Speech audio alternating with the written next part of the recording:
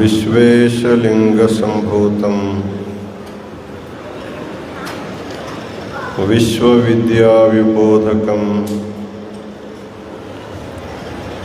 विश्ववन्द्यं सदा वन्दे विश्वाराध्यं जगद्गुरुम्। इस पवित्र श्रावण मास में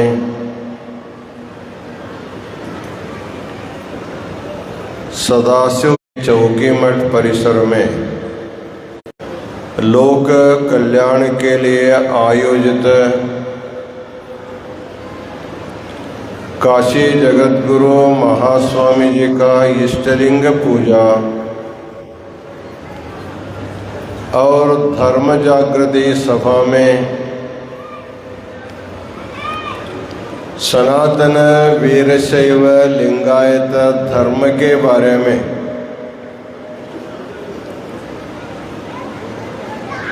अपने अमूल्य धर्म संदेश दिए हुए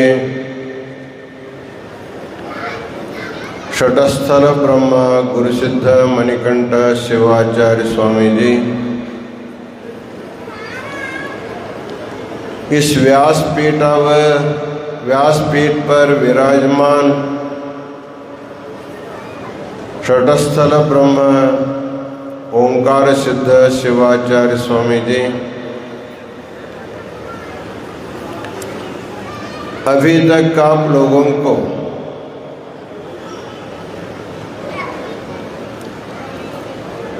भगवान शिव तत्व के बारे में और विविध विषयों पर अपना अमूल्य धर्म संदेश दिए हुए द्विसहस्रावधानी गरके पाटे नरसिंहराव जी इस कार्यक्रम का आयोजन किए हुए चौकी मठ के समस्त विश्वस्तगण, श्रवण करने के लिए आए हुए समस्त सद्भक्तगण और माताओं,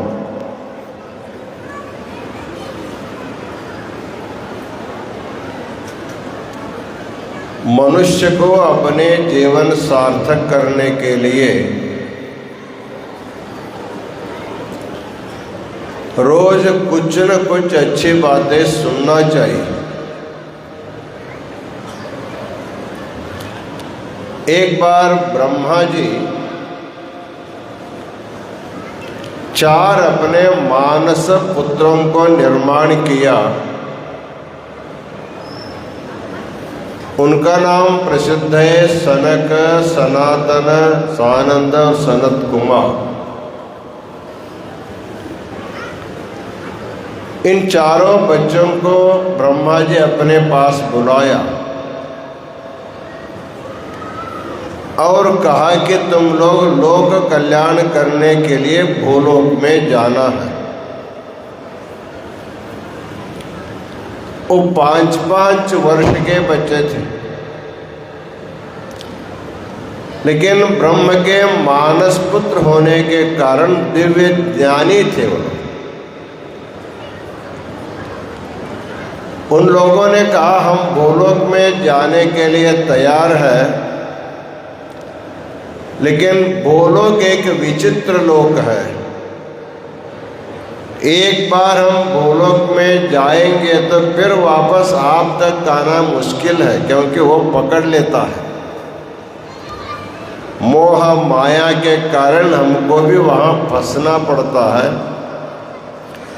इसलिए हमें एक आशीर्वाद दीजिए, हमारा जो उम्र है वो 5 साल से ज़्यादा नहीं होना चाहिए, क्योंकि 5 साल के बच्चों में किसी प्रकार का मानसिक विकार नहीं आ सकता है।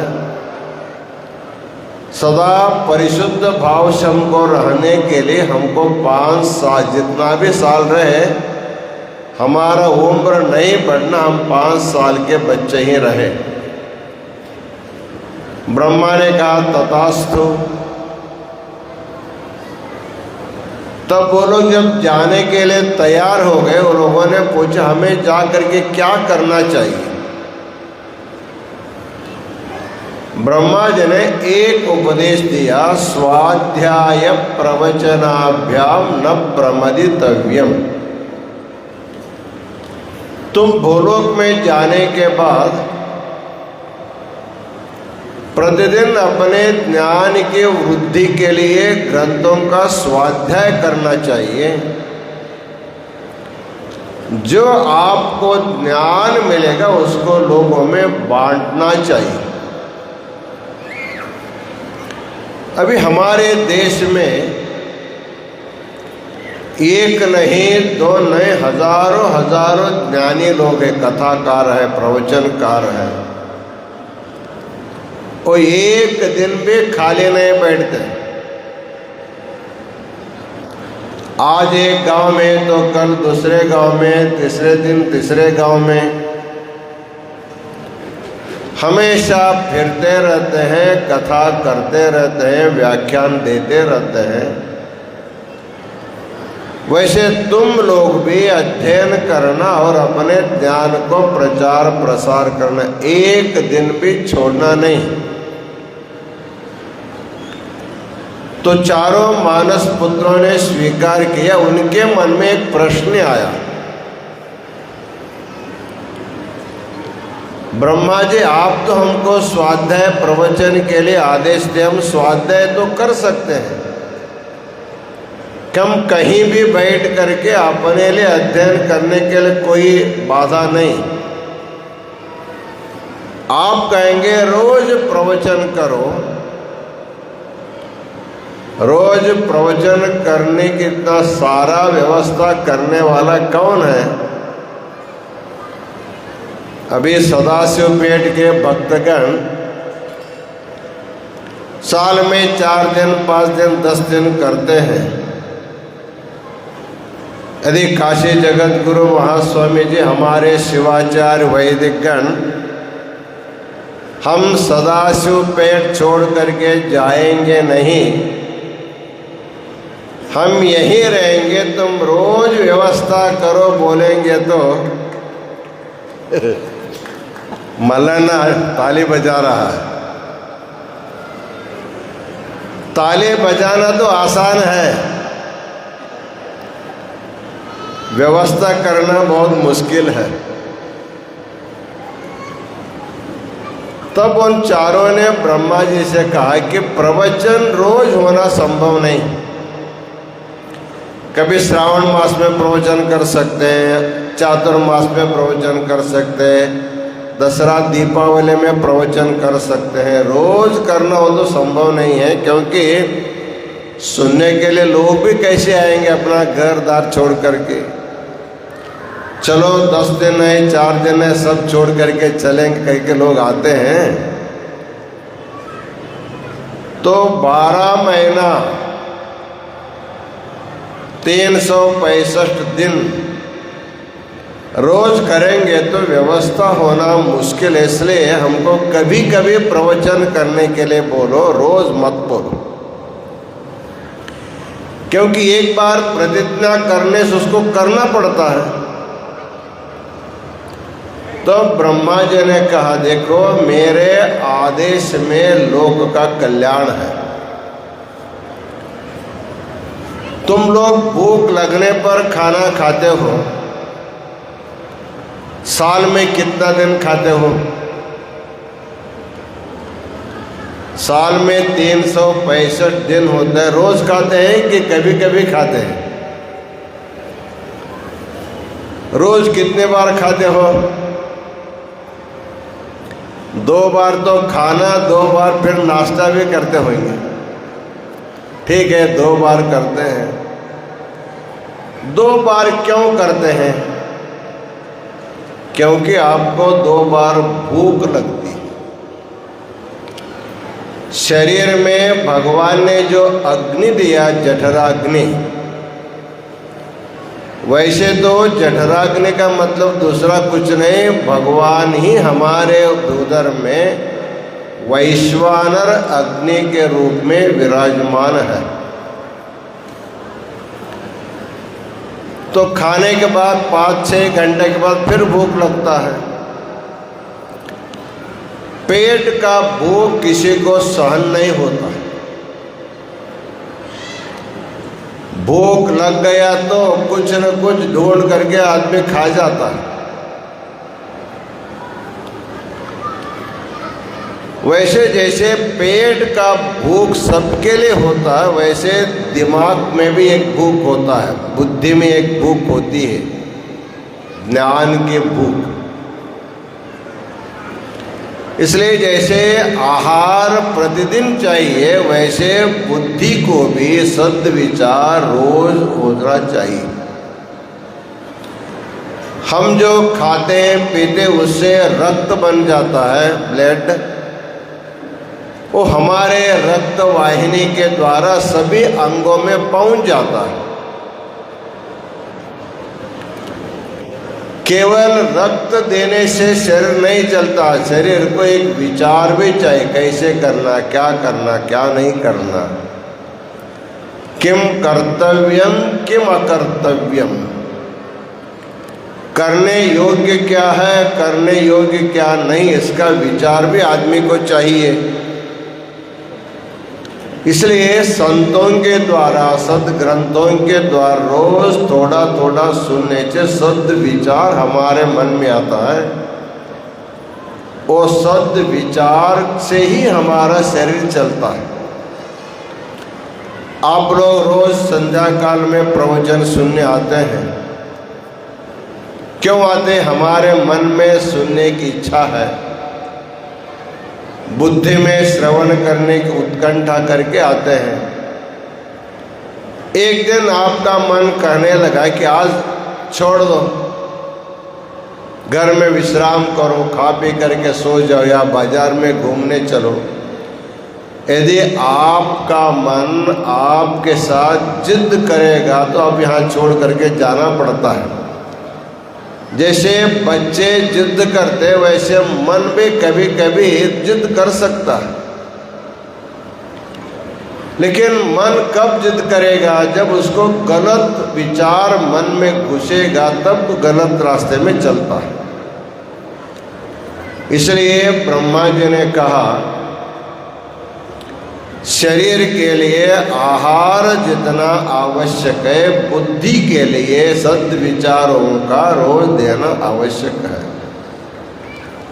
उन लोगों का काम की व्यवस्था होनी चाहिए। हम जाएंगे तो व्यवस्था करने वाला तो चाहिए। ब्रह्मा जी ने कहा, तुमको व्यवस्था की कोई जरूरत नहीं, तुम 4 लोग हैं,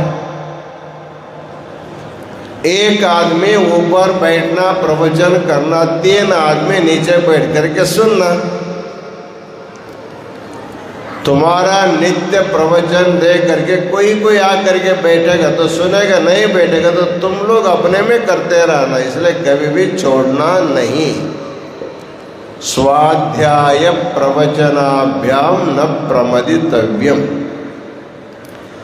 प्रमाद का अर्थ होता है एक बार प्रारंभ किया व्रत को बीच में छोड़ना, उसका नाम प्रमाद है।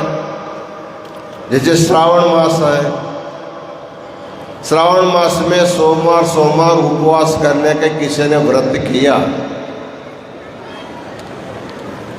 किसी भी हालत में उस व्रत को नहीं छोड़ना चाहिए, क्योंकि एक बार आदमी अपराध करेगा तो बार बार फिर करता रहता है। अनुसार भूलोक में अवतार ले करके कई साल तक, युगों तक यहाँ रह करके उन्होंने जो प्रथा शुरू किया, वही प्रथा हम लोग इस समय कर रहे हैं।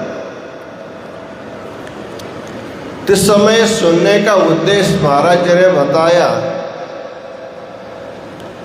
हमको अपने धर्म के बारे में, अपने सिद्धांत के बारे में, अपने धर्म के संस्कारों के बारे में हम लोगों को अत्यंत प्रीति से, भक्ति से श्रवण करना चाहिए। अभी मल्लाना ने बोला, कल है ना दीक्षा, कल देखिए सदाशिव पेट के परिसर वालों के अच्छा मौका आया। कल के दिन शिव दीक्षा का कार्यक्रम रखा गया। शिव दीक्षा वीर शैवों का जन्मजात अधिकार है। जैसे महाराष्ट्र में लोकमान्य टिळक ने एक वाक्य बोला था, स्वातंत्र्य माझा जन्मसिद्ध अधिकार है, अधिकार हक है। मतलब स्वतंत्र रहना मेरा जन्मसिद्ध हक है। वैसे वीर शैवों का जन्मसिद्ध अधिकार क्या है? दीक्षा लेना आप लोगों का जन्मसिद्ध अधिकार है। जब तक आप अधिकार नहीं लेंगे गुरु से, तब तक पूजा करने का अधिकार आपको नहीं। गुरु जब तक लिंग नहीं देंगे, आप लिंग पूजा के अधिकारी नहीं रहेंगे। गुरु जब आपको मंत्र देंगे तभी आपको जप करने का अधिकार मिलता है। इसलिए वीर शैवों को लिंग पूजा का जो अधिकार है, लिंग धारण करने का जो अधिकार है, हमारे आचार्यों ने जन्म से पहले दिया। हमारा जन्म होने से पहले माता के गर्भ में जब हम 8 महीने का शिशु होते हैं, तभी गुरु माता के गर्भ को लिंग धारणा करते हैं। बौद्धिक ऐसी व्यवस्था अन्य धर्मों में नहीं है। जन्म के बाद संस्कार होता है, जन्म से पहले देने वाला संस्कार एकमात्र सनातन वीरशैव लिंगायत धर्म में है। आप पूछेंगे महाराज जी अभी पेट में बच्चा है, उसको कुछ भी समझ में नहीं आता, उस समय लिंग बांधने से क्या होगा? समझ में नहीं आता ऐसे बात नहीं है। 8 महीने में जो शिशु गर्भ में पलता रहता है, वो अंदर बैठ करके बाहर के शब्द सुनता है। वो आप लोगों को मालूम है, महाभारत की कथा में सुभद्रा के गर्भ में अभिमन्यु जो बढ़ रहा था, 8 महीने में था, उस समय कृष्ण भगवान ने उनको चक्रव्यूह भेदने की कथा सुना रहे थे। अभिमन्यु माता के गर्भ में बैठ करके कथा सुना था। अर्थात विद्या ने अभी सिद्ध किया है, माता के गर्भ में हमारा अंगांग जब बढ़ने लगते हैं, जैसे 7 महीना पूरा हो गया तो माता के गर्भ का शिशु गर्भ में बैठ करके बाहर आप लोग जो बातचीत करते हैं वो सुन सकता है। इसलिए बहुत होशियार से बात करना और अच्छी बात करना, खराब बात नहीं करना। इसलिए हमारे आचार्यों ने विचार किया, जब बच्चा जब सुनता है तो पहले क्या सुनना चाहिए? इधर उधर की बातों की अपेक्षा महामंत्र का उसको श्रवण होना चाहिए करके माता के गर्भ पर लिंग धारणा करके माता के कर्ण के द्वारा मंत्र का उपदेश किया जाता है। तो ये जो गर्भ संस्कार है अत्यंत श्रेष्ठ संस्कार होने के कारण गर्भ में लिंग धारणा करके उसको जब प्रसव होगा फिर 5वें दिन में 11वें दिन में उसी लिंग को पुनः बच्चे को गले में धारण किया जा सकता है। लेकिन इतने छोटे बच्चे के गले में लिंग धारण करने से अच्छा नहीं करके माता के हाथ में उसको लिंग देते हैं। तुम अपने इष्ट लिंग पूजा करते समय इस बच्चे का भी लिंग तुम पूजा करते रहो। जब बच्चा या बच्चे 8 साल के हो जाते हैं तुम उसको दीक्षा दे करके उनका लिंग उनके हवाले कर देना। लेकिन हमारे माताएं बहुत विलक्षण हैं। बच्चा अभी छोटा है, 8 साल का है, 9 साल का, इसको पूजा कर नहीं आता करके खुद पूजा करने लगते हैं। बहुत से लोग लिंग पूजा में आते हैं, 1-1, 2-2, 3-3 लिंग लाते हाथ में अभिषेक करने के लिए। हमने एक बार पूछा, आपके हाथ में 3 लिंग कैसे? माता जी ने कहा, महाराज 1 लिंग मेरा, 1 लिंग मेरा पति का, 1 लिंग मेरा बच्चे का। हमने कहा तुम कॉन्ट्रैक्टर हो गए क्या, लिंग पूजा के कॉन्ट्रैक्टर? इसलिए अपने लिंग की पूजा खुद अपने को करना चाहिए। आपको भूख लगे तो दूसरे को खाना खाने को बोलेंगे क्या?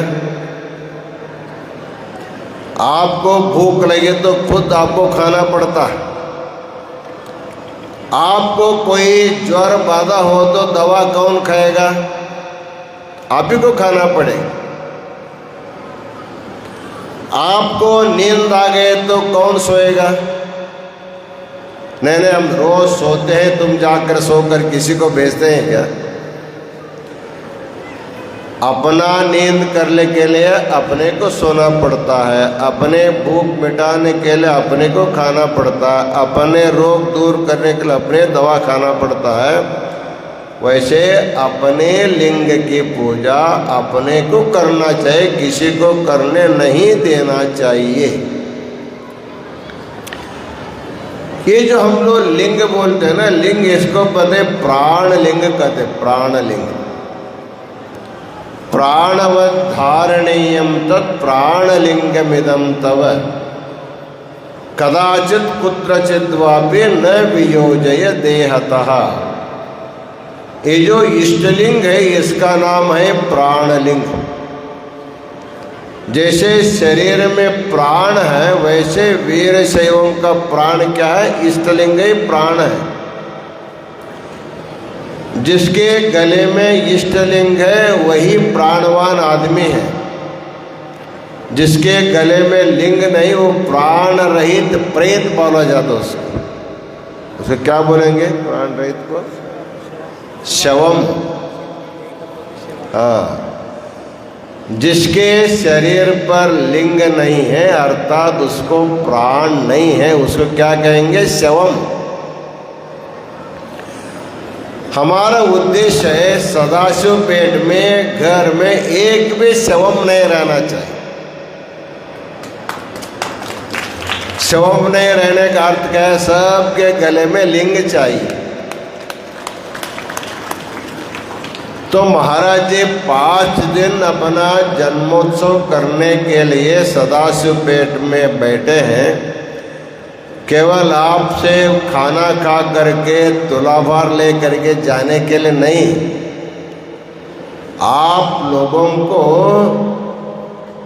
आपके घर में जितने शवम है उनको शिवम करने के लिए महाराज जी यहाँ आए। इसलिए आज सब लोग देख लीजिए कितने हमारे घर में शवम है। सबके घर में कुछ न कुछ मिलेंगे ही। कुछ बड़े बड़े शव होंगे, कभी छोटे छोटे शव होंगे। तो सभी शवम को शिवम करने का सुंदर अवसर कल के लिए सदाशिव पेट वासियों के लिए प्राप्त है। इसलिए चिंता नहीं करना। लिंग बांध देंगे तो फिर क्या करना होगा, क्या नियम पालना होगा? तो भगवान शिव से डरेंगे तो फिर क्या करेंगे जीवन में? इसलिए लिंग दीक्षा लेने के बाद ज़्यादा कुछ नहीं करना, हमेशा लिंग गले में धारणा करो। एक नियम, कहाँ भी जाओगे अपने साथ ले जाना। आप लोग कहीं जाते हैं तो अपने मोबाइल घर में छोड़ के जाते हैं क्या? प्रवचन में आएंगे तो भी साथ रहता है, बस में जाएंगे तो भी साथ रहता है, विमान में जाएंगे तो भी साथ रहता है। अपना पेस्ट, ब्रश, साबुन भूल के जा सकते हैं, लेकिन मोबाइल नहीं भूल के जा सकेंगे, क्योंकि आपका वो अत्यंत प्रिय वस्तु है। वो प्रिय क्यों है? वो प्रिय क्यों है? क्योंकि आपके जो नज़दीक के लोग हैं उनके साथ बोलने के लिए, उनका संदेश सुनने के लिए आपको चाहिए। किस समय कौन फ़ोन करता है, कौन मैसेज भेजता है, देखने के लिए आपको चाहिए। लेकिन हमारा कहना है, इस दुनिया में जीवन भर तुम किसी के साथ कितना भी फ़ोन करो, कितना भी मैसेज करो, उससे फ़ायदा क्या होगा? बाद में जिसके साथ मैसेज करते वो भी यहीं रह जाता, तुम चले जाते हो। इसलिए संबंध करना है तो लौकिक संबंध करो, लेकिन वही अंतिम संबंध नहीं। हमारा संबंध होना चाहिए, भगवान के साथ संबंध होना चाहिए। इसलिए भगवान के साथ संबंध करने के लिए हमारे जगत गुरु पंचाचार्यों ने अत्यंत प्राचीन काल में एक मोबाइल का आविष्कार किया। वो क्या है? इष्टलिंग। वो मोबाइल है, हैंडसेट है, वो हाथ में हमेशा उसको रखना पड़ता है। किसके लिए? भगवान के साथ संबंध करने के लिए। जैसे मोबाइल कंपनी आपको नंबर देता, आपका अपना नंबर देता है डायलिंग करने के लिए, वैसे ही गुरु लोग आपको जो मंत्र देते हैं वही भगवान का डायलिंग नंबर है। इष्टलिंग हैंडसेट है, मंत्र जो है भगवान के साथ संबंध जोड़ने का नंबर है। यह नंबर अक्षरात्मक नंबर है। ओम नमः शिवाय 5 अक्षर का नंबर जो है भगवान के साथ जोड़ने के लिए है। इसलिए आपको अपने हैंडसेट इष्टलिंग को हाथ में रख करके उसमें दृष्टि रख करके आप 108 बार, 1008 बार, 5000 बार माला से आप जप करते रहते हैं। क्यों? भगवान के साथ बातचीत करना है। आप कहेंगे महाराज हमारा दीक्षा होकर के 10 साल हो गया, रोज हम डायलिंग करते 1000 बार करते हैं, भगवान अभी तक उठाए नहीं, हलो नहीं बोला है। लेकिन भगवान एक है, नंबर लगाने वाले करोड़ों करोड़ों लोग हैं। जिसका नंबर लग गया जल्दी छोड़ता नहीं, इसलिए आपको एंगेज लगता रहता है। फिर भी आप डायलिंग करना छोड़ना नहीं, क्योंकि डायलिंग करेंगे तो मिस कॉल की संख्या बढ़ेगी। जैसे आपका फ़ोन उठाएंगे तो देखेंगे किसका मिस कॉल आया है, कितने बार आया है। जिसका मिस कॉल अधिक आया उसको पहले आप लेते हैं। वैसे भगवान पे रोज चेक करता है किसका मिस कॉल कितना हुआ है। तो आप रोज 1000 बार, 10,000 बार जब आप डायलिंग करेंगे तो भगवान एक न एक दिन आपका नंबर उठाएगा, हेलो अवश्य बोलता है। इसलिए बसवेश्वर कहते हैं, नंबरू नच्चरू बरिदे करेवरू नंबल हरिहरी लोकदा मनुजर होता है। इसलिए कल का जो अवसर है आपके लिए एक सुवर्ण अवकाश है, सोने के जैसा अवकाश है। इसलिए 8 साल के ऊपर जितने भी बच्चे बच्चियां हैं, दीक्षा नहीं हुआ, बूढ़े होगा तो भी चलेगा, 8 साल से 80 साल तक जो भी है लिंग विरहित लोग, सब लोग आ करके यहाँ अपना नाम दर्ज करा दीजिए। हमारे ख्याल से ये सदाशिव नगरी है, सदाशिव पेट। जिस गांव में सदाशिव का सदा वास है उसी का नाम सदाशिव पेट है। ऐसे सदाशिव पेट में सदाशिव का प्रतीक इष्टलिंग आप लोगों को मिलने वाला है। इसमें एक सुविधा है, केवल वीरशैव लिंगायत कुल में जिनका जन्म हुआ उसी के लिए नहीं, और लोग भी किसी भी कुल में जिसका जन्म हुआ हो, जिसके मन में भगवान शिव के प्रति नितांत श्रद्धा है, ऐसा कोई भी व्यक्ति, स्त्री हो, पुरुष हो, ब्राह्मण हो, क्षत्रिय हो, वैश्य हो, कोई भी हो, सब के लिए हमारे शिवाचार्यों के द्वारा दीक्षा आप लोगों को मिलने वाला है। इसलिए कल सदाशिव नगरी सचमुच सदाशिव नगरी हो जाना चाहिए। इसके लिए मन में कुछ भी शंका कुशंका न लेकर के निस्संदेह हो करके दीक्षा में सब लोग भाग लें। देखेंगे कल कितने लोग आते हैं। ज़्यादा से ज़्यादा आएंगे तो हमें बहुत खुशी होती है। ज़्यादा से ज़्यादा मतलब जिनके गले में लिंग ने कम से कम वो नवीन धारण करे, जिसके पास लिंग है वो भी आकर के लिंग पूजा में भाग ले। इन्हीं वचनों के साथ आज का आशीर्वचन पूर्ण करते हैं। ओम शांति शांति शांति।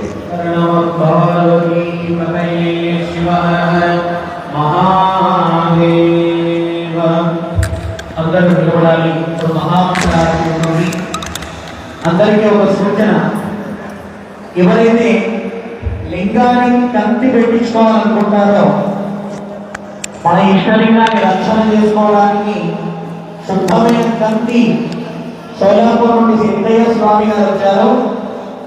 అక్కడ ఆయన కంతి పెట్టిస్తారు లింగానికి. ఒకసారి కంతి పెట్టుకుంటే మన ఇష్టలింగం శాశ్వతంగా చక్కగా ఉంటుంది, భిన్నం కాకుండా.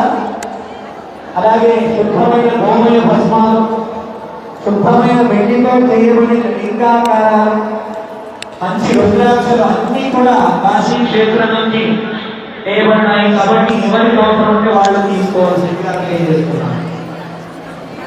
శ్రీ విశ్వనాథ్యాయ మంగళం, శివ విశ్వైకపాలాయ మంగళం, विश्वेशजाताय विश्वादिबीजाय श्री विश्ववन्द्याय मङ्गलं, शिव विश्वैकपालाय मङ्गलं, चरवृन्दवन्द्याय मङ्गलं, वरचरणीतिबोधाय मङ्गलं, गुरुरूपधाराय गुरुराजिराजाय परिपूतदेहाय मङ्गलं, शिव विश्वैकपालाय मङ्गलं, भवमूलभङ्गाय मङ्गलं, शिव शिवलिङ्गसङ्गाय मङ्गलं, भवमङ्गलाङ्गाय शिवपिङ्गचूडाय कवितुङ्गसेव्याय मङ्गलं, शिव विश्वैकपालाय मङ्गलं, काशीपुरेशाय मङ्गलं, कविकाशीनतेशाय मङ्गलम् क्लेशापहाराय पाशप्रमोदाय श्रीशादिमान्याय मङ्गलं शिवविश्वैकपालाय